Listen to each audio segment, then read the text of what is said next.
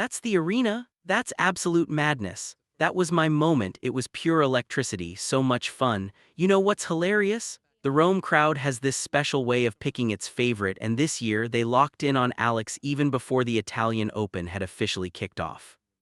The tournament organizers could sense the momentum surging around her. Schedules were tweaked, center court plans were quietly rearranged for this fearless 19-year-old Filipino wildcard who had just stunned the entire tennis world in Miami. She had taken down 3 Grand Slam champions, a historic feat that no player ranked so low had ever pulled off in WTA history. And yes, Aryna Sabalenka noticed. How could she not? She rolled into Rome as the world number one, riding a dominant 9-match WTA 1000 winning streak after sweeping the Sunshine Double and beating Coco Gauff in the Miami final. On paper, this was supposed to be her tournament, her spotlight, her moment. Nobody questioned the Queen's dominance, at least not out loud. But Rome had already fallen completely under Alex's spell. Then came the quarterfinal that flipped the entire atmosphere of the tournament on its head. A shocking first-ever loss for Sabalenka to Zhang Qinwen. Tension rippled through every corner of Foro Italico. A fan yelled from the stands and Sabalenka's composure started cracking under the weight. Frustration boiled over into an obscenity, followed by code violation. The stunned Rome crowd watched one of the sport's most powerful champions unravel in real time. Almost immediately, regret set in.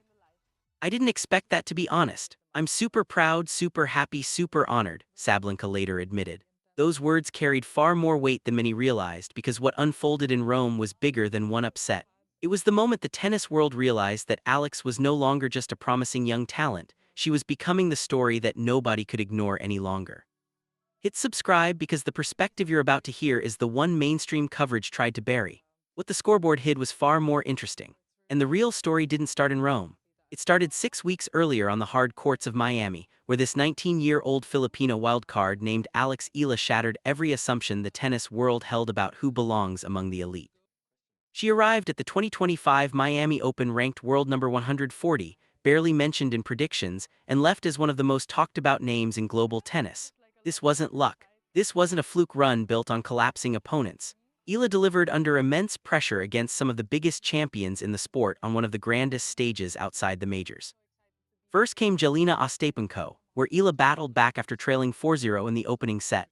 Then came Madison Keys, the reigning Australian Open champion whom she dismantled 6-4, 6-2, becoming the first Filipino player in the Open era to defeat a Grand Slam champion at tour level.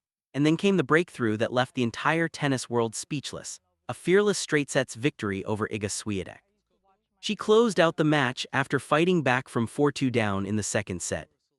In doing so, Eala became the first wild card in WTA history to defeat 3 Grand Slam champions in straight sets during a single tournament run. She also became the second lowest-ranked woman ever to reach the Miami Open semifinals and the first Filipino player to break into the WTA top 100, skyrocketing from world number 140 to number 75 almost overnight. Her magical run finally ended against Jessica Pegula in a grueling semifinal that stretched past midnight. It was a 3-set battle where Eala clawed back after losing the opening set and pushed Pegula to her absolute limit. Afterward, Pegula openly admitted how tough the match had been, praising the teenager's composure and fearless shot-making. But the biggest takeaway wasn't just the results. Eala didn't simply make a deep tournament run, she completely changed the conversation around the next generation of women's tennis. And she did it at the exact same event where Aryna Sabalenka was dominating the draw, winning the title and completing the Sunshine Double. 2 women, 1 tournament, 2 completely different stories capturing the world's attention. Eala may not have won the title in Miami, but she won something just as powerful, the narrative. And in modern professional sports, those 2 things are not always the same currency. By the time the clay season arrived, the tension between results and attention had become impossible to ignore. Eala skipped a lower-tier event in Catalonia to focus completely on the Italian Open, making it clear that Rome was not a simple learning experience, it was a statement opportunity. The draw only intensified the intrigue when Eala landed in Aryna Sabalenka's half of the bracket, instantly fueling speculation about a potential collision between the sport's reigning queen and its fastest-rising young star.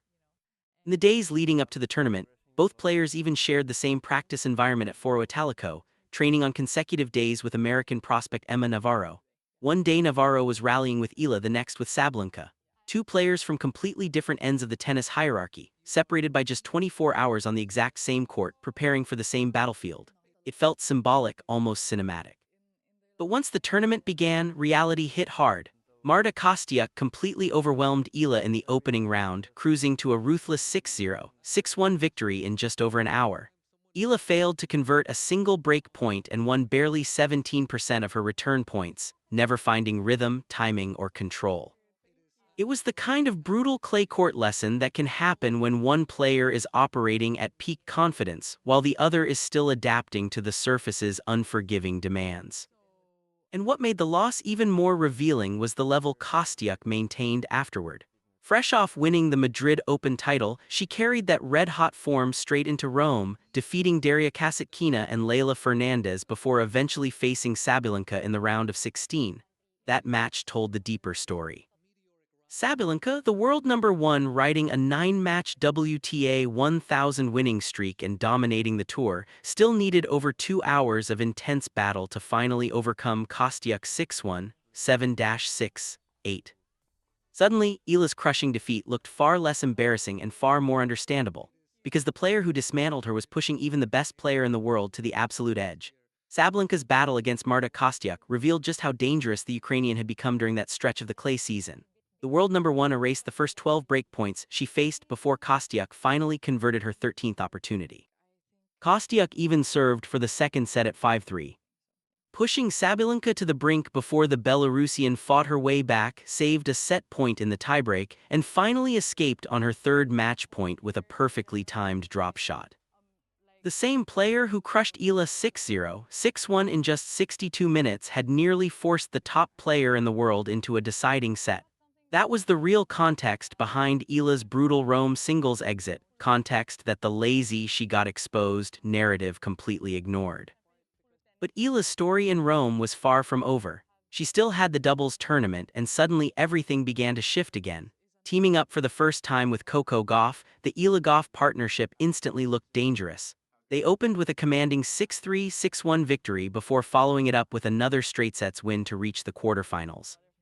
Waiting for them, there were defending champions Jasmine Paolini and Sara Errani, two of the most experienced and battle-tested doubles specialists on clay, playing in front of a passionate home crowd entirely behind the Italians.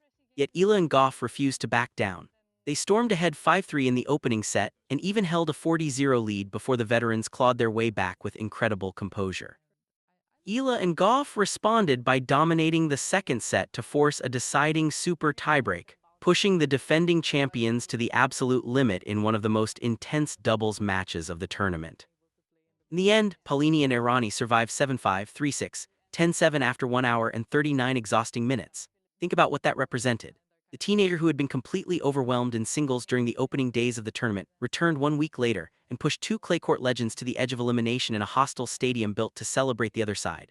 That image mattered far more than most people realized at the time. Because Rome was quietly showing something important about Alex Eala, not just her talent but her resilience. She could absorb humiliation, reset mentally, and still compete fearlessly on one of the biggest stages in tennis. And that brings us to the part of the Rome story everyone witnessed but almost nobody truly understood. On the very same day Alex and Coco Gauff were pushing Jasmine Paolini and Sara Errani to the limit in an electric doubles battle, Aryna Sabalenka stepped onto Campo Central for her quarterfinal against Zheng Qinwen. And suddenly everything began to collapse. On paper, the match looked almost automatic. Zheng had never beaten Sabalenka in 6 previous meetings. Sabalenka had dominated their rivalry, including victories in the 2024 Australian Open final and the Miami quarterfinals just weeks earlier, extending the head-to-head to a brutal 6-0. But Rome had different plans. From the opening games, Zheng played with a level of confidence and precision that completely changed the atmosphere inside Foro Italico. She won an incredible 82% of her first serve points, refused to give Sabalenka any rhythm, and saved all 5 break points she faced with fearless shot-making under pressure. Sabalenka created opportunities but could not capitalize on a single one of them. The frustration slowly became visible, then it became overwhelming. Zheng closed out a stunning 6-4, 6-3 victory in just 97 minutes, her first career win over the world number one and one of the biggest statements of her season. But the scoreline was only part of the story. As the match slipped further away from Sabalenka, the tension inside the stadium exploded. During one exchange, a spectator shouted from the crowd, "Come on, Aryna, play tennis." And Sabalenka instantly turned toward the stands and screamed back at full volume, "Shut the F** up." The reaction shocked the arena. The chair umpire immediately issued a code violation for audible obscenity without hesitation. The moment was loud, emotional, and impossible to ignore. Within hours, the clip had spread across social media and sports broadcasts worldwide. And this is where the real meaning behind the title of this video begins to matter. Because the story was never about Sabalenka directly trash-talking Eala with one quote or one comment. It was about something much bigger: the pressure, the atmosphere, the shifting energy around women's tennis, and the uncomfortable reality that a new generation was beginning to steal the spotlight even from the sport's most dominant champions. What made this story so fascinating was never a single comment or headline. It was the attitude behind everything that unfolded. It was the growing tension, the subtle frustration, and the visible discomfort that emerged when the world number one suddenly realized the spotlight was beginning to shift toward someone else. Back in Miami, members of Aryna Sabalenka's camp had reportedly expressed frustration over scheduling decisions, including matches being moved and center court plans being adjusted around Alex's exploding fan support. Tournament director James Blake openly admitted that Eala needed to be placed on the main stadium court because of her massive international following and the electric atmosphere her supporters created. In many ways, Miami had started to feel like a home tournament for the young Filipino star. And that mattered because while Sabalenka was still the reigning champion, still the dominant force, and still the face at the top of the rankings, the tournament energy was beginning to orbit around someone else. That is not an easy thing for any superstar to watch happen in real time. It felt less like a passing media story and more like the early signs of a changing era. A queen recognizing that another player was beginning to receive the kind of attention usually reserved for champions. Then Rome intensified everything. The quarterfinal collapse against Zheng Qinwen, the emotional outburst toward the crowd, the code violation, the visible frustration under pressure, all of it became impossible to separate from the larger narrative surrounding Sabalenka's season. And the regret that followed did not end in Italy. It carried into Roland Garros weeks later, where Sabalenka once again reached the biggest stage only to suffer another painful defeat, this time against Coco Gauff in the final. But what truly ignited controversy came after the match. In one of the most criticized press conferences of her career, Sabalenka suggested that Gauff had not won because she played extraordinary tennis, but because Sabalenka herself had made too many mistakes.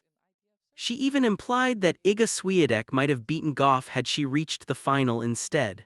Then came the harshest line of all when Sabalenka described it as the worst Grand Slam final she had ever played.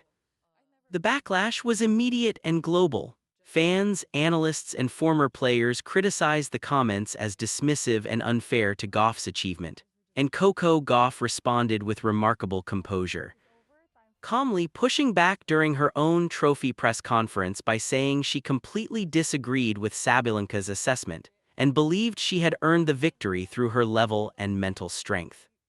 Suddenly, the conversation surrounding Sabalenka was no longer centered only on her tennis. It was about how she handled pressure, how she reacted to losing, and whether the rise of younger stars around her was beginning to affect her emotionally. The weeks that followed became a public exercise in damage control, with Sabalenka repeatedly trying to clarify her comments and soften the fallout from a season where the pressure of remaining on top was becoming harder and harder to hide. She didn't just move on from the controversy, she actively tried to repair it. In the aftermath of the backlash, Sabalenka wrote a private apology to Coco Gauff, acknowledging the weight of her post-final comments. She followed it up with a public interview on Eurosport Germany, where she described her behavior as completely unprofessional, admitting she had let emotions take over in the heat of the moment. She reflected openly that she needed time to step back, reassess her words, and accept responsibility for how they came across. Most importantly, she made it clear that Gauff's victory was fully deserved and that her respect for the champion was genuine and unchanged.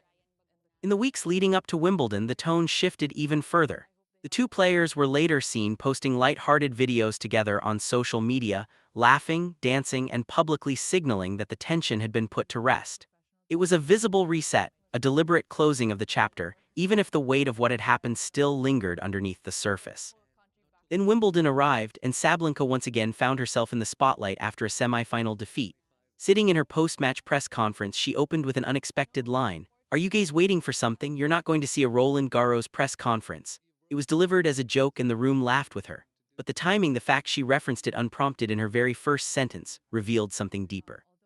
It showed how much that moment in Paris still lived in her memory, how strongly it had marked her season, and how aware she had become of the narrative surrounding her. And that brings the Rome chapter into focus. Because Rome wasn't the entire story of Sabalenka's 2025. It was the beginning of the emotional thread that would follow her through the rest of the season. It was the first public crack, the first visible sign of pressure breaking through the surface, unfolding on a clay court in front of a Roman crowd. While across the same tournament, a teenager she could no longer ignore continued fighting for every point, every moment, and every inch of attention in the sport. Eala, for her part, never once engaged publicly with any of the noise surrounding the narrative. No responses, no countercomments, no emotional reaction in the media. Instead, she spoke in controlled, measured interviews about compartmentalization, staying present point by point, maintaining professionalism under pressure, and using her platform to inspire the next generation of Filipino tennis players. That silence itself became part of the contrast. Because the difference between the two players in Rome was not just about results, it was about response under pressure. One left the tournament with a code violation, an emotionally charged press conference arc, and a quarterfinal exit that never matched expectations. The other left with a doubles run that exceeded expectations and a reputation that remained intact even after a heavy 6-0, 6-1 singles defeat. On paper, the scoreboard still says Aryna Sabalenka was the superior player in Rome 2025. By ranking, by achievements, by titles, that statement holds true. But that is only one layer of the story and arguably the most limited way to interpret what actually unfolded at Foro Italico, because the full picture is far more complex, more human, and far more revealing about both athletes. Sabalenka remains the world's best player. That is not in question, but Rome exposed something deeper. Dominance in tennis is not only measured in winners and trophies, but also in emotional control, adaptability, and composure when the environment shifts. And in that specific moment, that quarterfinal, that crowd, that pressure, she showed that even the strongest dominance has limits. Not necessarily technical ones, but psychological ones. Sometimes the real opponent is not across the net. Sometimes it is the expectation, the atmosphere, and the pressure building around you from every direction. And sometimes it is the presence of a rising player who changes the emotional temperature of a tournament without even playing in your match. A 19-year-old wildcard who disrupted attention in Miami, survived setbacks in Rome, and never once reacted to the storm building around her name. What happened in Rome in May 2025, when viewed without filters, looks very different from the official scoreboard story. The tennis world always moves on quickly. Next tournament, next draw, next headline, the cycle never stops. But the moments that expose something real don't disappear just because the scoreboard resets. Players carry them, pressure carries them, and what happened in Rome didn't stay in Rome. Sabalenka carried that week into Paris. Paris followed her into Wimbledon, and the emotional weight of those matches became part of her season whether she acknowledged it or not. Meanwhile, Eala kept building in silence, climbing step by step, learning, adapting, and growing without chasing headlines, without controversy, and without ever issuing a public explanation for anything. Because one player left Rome dealing with questions about control and reaction, the other left it with momentum, experience, and a trajectory that kept rising, and that's exactly why this story matters. If you made it this far, you already know this channel isn't about recycled narratives or surface-level coverage. It's about the angles mainstream media tends to skip, the context behind the headlines, not just the headlines themselves. Hit subscribe if you want more breakdowns like this. Every video is built the same way: real facts, deeper perspective, no spoon-feeding. The next one is already in motion and you don't want to miss it.